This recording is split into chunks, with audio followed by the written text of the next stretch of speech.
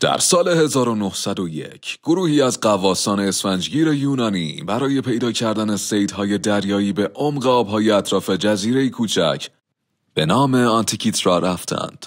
هیچ کس نمی‌دانست این سفر ساده تبدیل به یکی از بزرگترین کشفیات تاریخ خواهد شد. آنها در اعماق آب با بقایای یک کشتی باستانی برخورد کردند. کشتی که بیش از 2000 سال قبل در طوفانی سهمگین غرق شده بود. در دل آن کشتی مجسمه‌ها، کوزه‌ها و گنجینه‌های هنری خوابیده بودند. اما در میان همه آن اشیا تیز کوچک و زنگ زده پیدا شد. تکه‌ای فلزی پر از رسوب. در نگاه اول هیچ ارزشی نداشت، اما همین تکه راز بزرگی را در خود پنهان کرده بود. وقتی این شی به سطح آب آورده شد، پژوهشگران ابتدا آن را یک تکه شکسته و بی‌معنا تصور کردند. اما با گذشت زمان متوجه شدند داخلش چرخ‌دنده‌هایی وجود دارد. چرخ‌دنده‌هایی دقیق، در هم تنیده و حیرت انگیز. این چیزی نبود که از دنیای باستان انتظار داشته باشیم. این کشف ذهن تاریخدانان و دانشمندان را متزلزل کرد. بعدها این شی باستانی به نام مکانیزم آنتیکیترا شناخته شد. دستگاهی که بیش از 2100 سال پیش ساخته شده بود. وسیله مکانیکی ساخته شده از برنز، شامل بیش از 30 چرخ‌دنده هایی که با دست تراشیده شده بودند. اما دقت آنها به حدی بود که حتی ساعت سازان قرون وسطا هم نمی توانستند چیزی شبیهش بسازند. این دستگاه در واقع اولین کامپیوتر جهان بود. ابزاری که می توانست حرکت خورشید و ماه را محاسبه کند. می توانست زمان کسوف و خسوف را پیش بینی کند. می توانست حرکت سیارات را نمایش دهد و حتی تاریخ بازی‌های المپیک را مشخص نماید. تصور کنید یک یونانی باستان در قرن دوم پیش از میلاد با این دستگاه در دستش می توانست بگوید یک ماه دیگر خورشید در این روز گرفته خواهد شد. برای مردم آن زمان چنین دانشی چیزی شبیه جادو بود و کسی که این دانش را داشت قدرتی ماورایی در چشم مردم پیدا می کرد. صفحه‌های دستگاه شامل حلقه هایی بود. روی آنها نام ماه‌ها و نمادهای نجومی حک شده بود. کاربر با چرخاندن یک دسته کل مجموعه به حرکت در می اومد.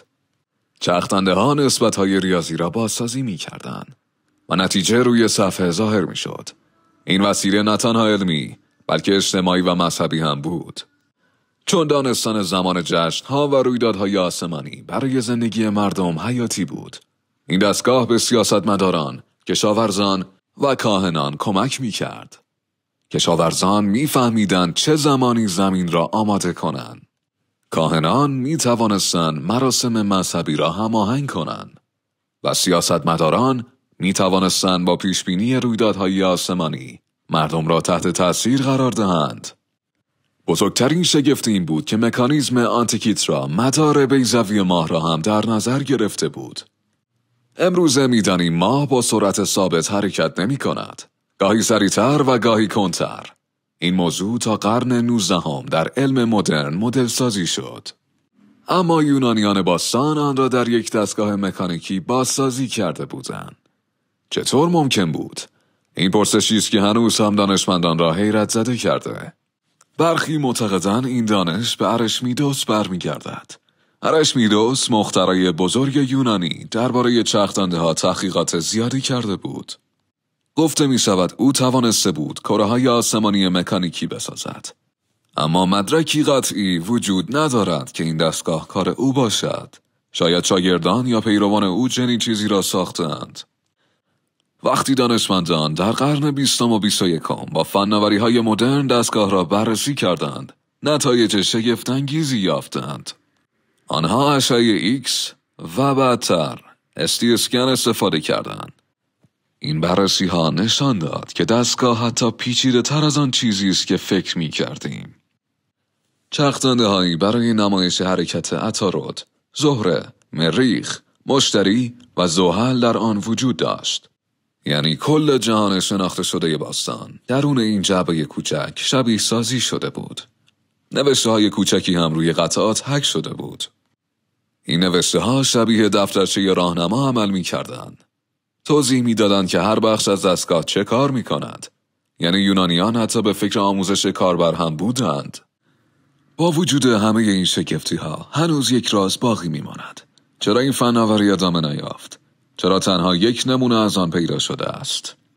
آیا دستگاه‌های دیگری وجود داشتند که از بین رفتند؟ یا دانش آن عمدن پنهان شد؟ برخی معتقدند نابودی کتابخانه اسکندریه دلیل آن است، جایی که شاید مدارک این دانش نابود شد. دیگران میگویند امپراتوری روم این اختراع را نادیده گرفته است. هرچه باشد، حقیقت این است که مکانیزم آنتیکیترا قرنها جلوتر از زمان خودش بود. چیزی شبیه هدیه‌ای از آینده.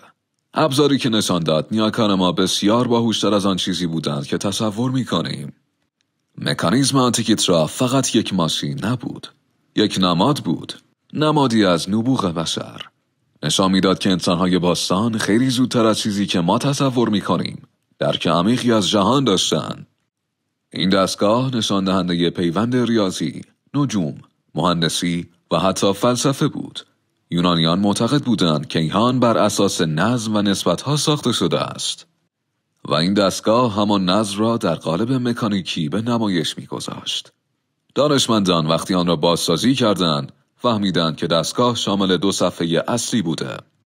یک صفحه در جلو و یک صفحه در پشت. صفحه جلویی برای نمایش حرکت خورشید، ماه و احتمالاً سیارات.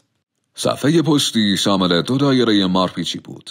یکی برای پیشبینی کسوف‌ها و خسوف‌ها و دیگری برای هماهنگسازی تقویم‌های یونانی. دایره مارپیچی کسوف‌ها دوره 18 ساله ساروس را بازسازی کرد.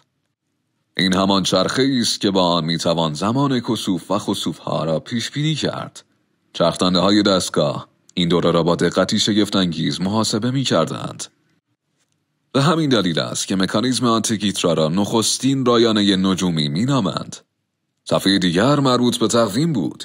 یونانیان چندین نوع تقویم داشتند: خورشیدی، قمری و تقویم‌های محلی. این دستگاه به هماهنگی آنها کمک می‌کرد. مثلا نشان می‌داد چه زمانی جشن‌ها یا بازی‌های المپیک باید برگزار شوند. روی برخی از چرخدنده‌ها علائمی مربوط به سیارات کشف شد. این علائم نشان می‌دادند که دستگاه حتی حرکت عطارد، زهره، مریخ، مشتری و زحل را نیز نمایش می‌داده. یعنی دستگاه یک مدل کیهانی کامل از جهان شناخته شده باستان بود. حالا تصور کنید مردم عادی در یونان باستان چنین چیزی را ببینند. وقتی کشیشی یا دانشمندی با دستگاه کار می‌کرد و زمان گرفتگی خورشید را اعلام می‌کرد، مردم او را پیامبرگونه می‌دیدند. برای آنها این نه یک محاسبه بلکه یک پیشگویی ماورایی بود. همین موضوع به صاحبان این دانش قدرت سیاسی و مذهبی عظیمی داد. این دستگاه کوچک نمادی از قدرت دانش بود. دانشی که می توانست بر ترس مردم از ناشناخته ها غلبه کند و همان دانش ابزار کنترل و هدایت جامعه می شد. وقتی در قرن 20 و 21 فناوری CT اسکن بر روی آن به کار گرفته شد، رازهای تازه‌ای آشکار گردید. هر قطعه کوچک نقش خاصی داشت. مجموعه پیچیده‌ای از نسبت‌های ریاضی در قالب چرخدنده‌ها طراحی شده بود. این نشان می‌داد که سازنده آن نه فقط یک ریاضیدان بلکه یک مهندس ماهر هم بوده. این پرسش هنوز بی پاسخ مانده است. سازنده مکانیزم آنتیکیترا چه کسی بود؟ برخی میگویند احتمالاً کارگاه‌های مرتبط با ارشمیدس در سیراکوز چنین چیزی ساختند. برخی دیگر معتقدند ممکن است در جزایر یونان یا حتی اسکندریه ساخته شده باشد. هرچه باشد، سازنده آن نابغه‌ای بی‌نظیر بوده است. یک نکته حیرت انگیز این است که چرخدنده‌های دستگاه با دست ساخته شدند. یعنی هیچ ماشین تراشی مدرنی وجود نداشت. اما دقت دندانه‌ها به حدی بالا بود که حتی امروزه هم تصمیم برانگیز است. این نشان می‌دهد که صنعتگران باستانی به مهارت‌های فنی فوق‌العاده دست یافته بودند. حالا باید بپرسید، اگر این فناوری ادامه می‌یافت چه می‌شد؟ تصور کنید یونانیان نه تنها این دستگاه را حفظ می‌کردند، بلکه آن را تکامل می‌دادند. شاید چند قرن بعد دستگاه‌های مکانیکی پیچیده‌تری ساخته می‌شدند. شاید چیزی شبیه ساعت‌های نجومی قرون وسطا، اما 1000 سال زودتر. شاید حتی انقلاب صنعتی زودتر اتفاق می‌افتاد. این تصور چه می‌شد اگر همیشه جذاب است. زیرا نشان می‌دهد که تاریخ لزوماً خطی و ساده نبوده است. گاهی پیشرفت‌های بزرگی رخ داده اما گم شدن. گاهی نبوغی عظیم پدید آمده اما فراموش شده است و مکانیزم آنتیکیترا یکی از همین نمونه هاست. امروزه وقتی به آن نگاه می‌کنیم انگار با چشم‌های خودمان آینده بشر را در گذشته می‌بینیم. دستگاهی که جلوتر از زمان خود بود، یک معجزه مکانیکی، یک سند زنده از توانایی‌های گم شده بشر.